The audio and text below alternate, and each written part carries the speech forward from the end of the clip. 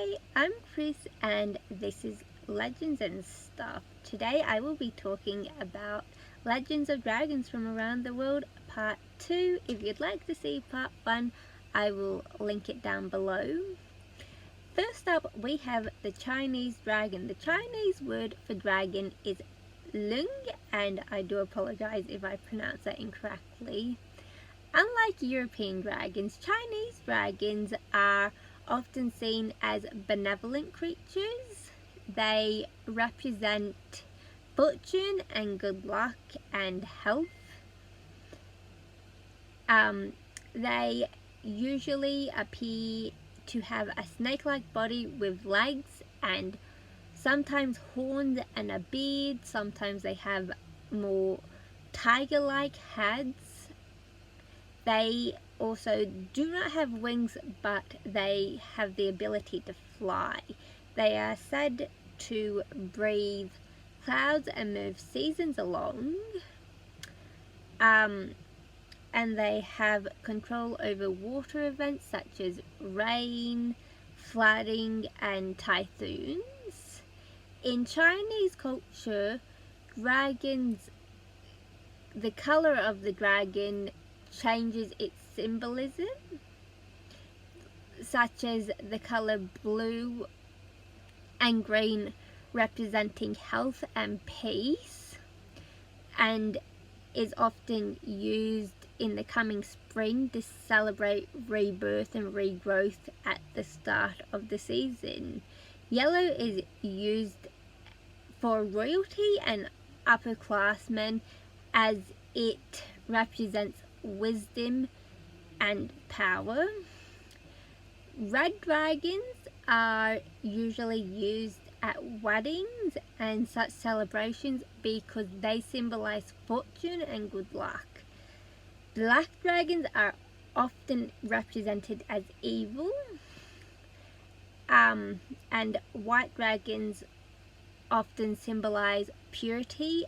Lastly, gold dragons are used to symbolize wealth and prosperity, as well as strength and power. I am going to leave Chinese dragons here.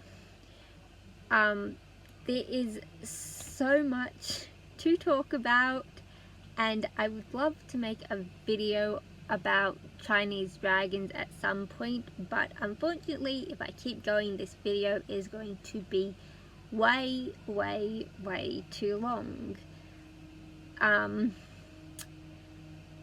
But hopefully at some point I can make a video that is just for Chinese dragons, because it is very interesting and I feel like it should be explored properly.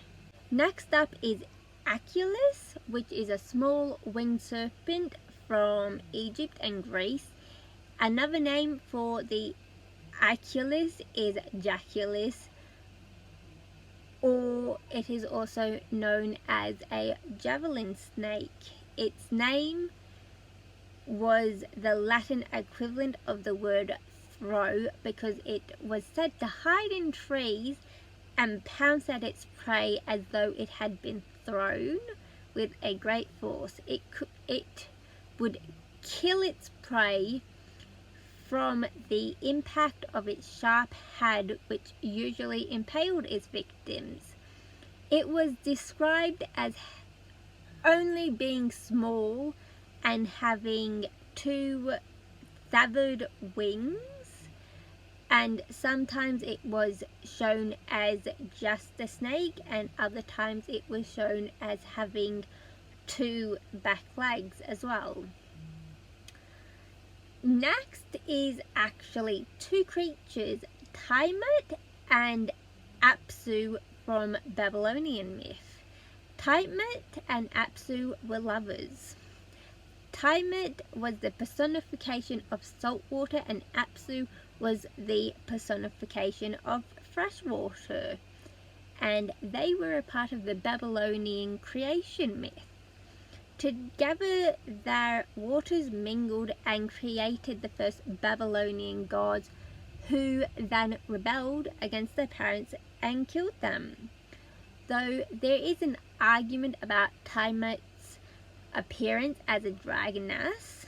It was believed that she took the form of a dragon after her husband was murdered. Apsu was not described, but it was believed that he had a similar appearance to Taimout, simply because they were married. Taimout was also the mother of monsters in the Mesopotamian myths, including dragons who she was said to fill with poison rather than blood. Next is Azdaha from Iranian mythology. I am really not good at these names, I apologize.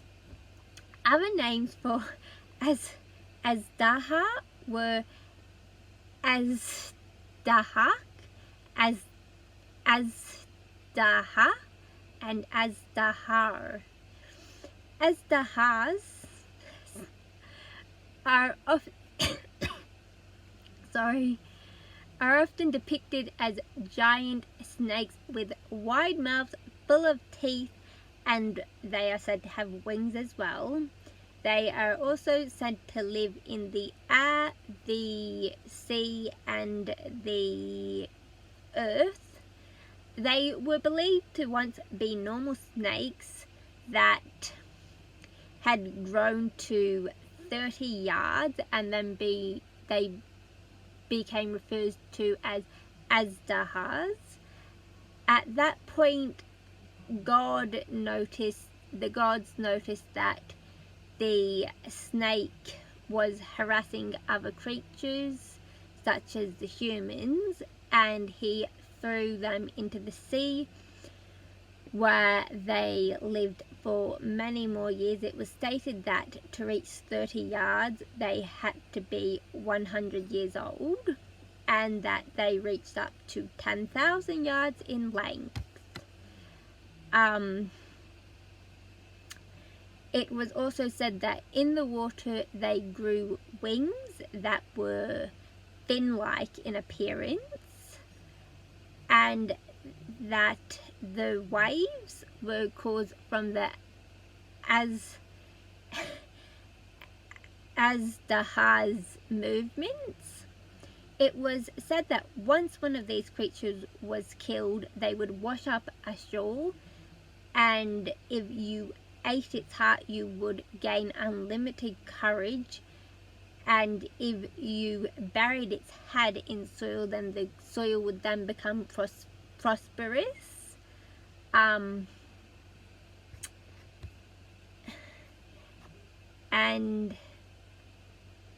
the Azdaha appeared in many of the Iranian or Mesopotamian mythologies, and was killed by a number of the heroes in these stories, such as Sam, Rostam,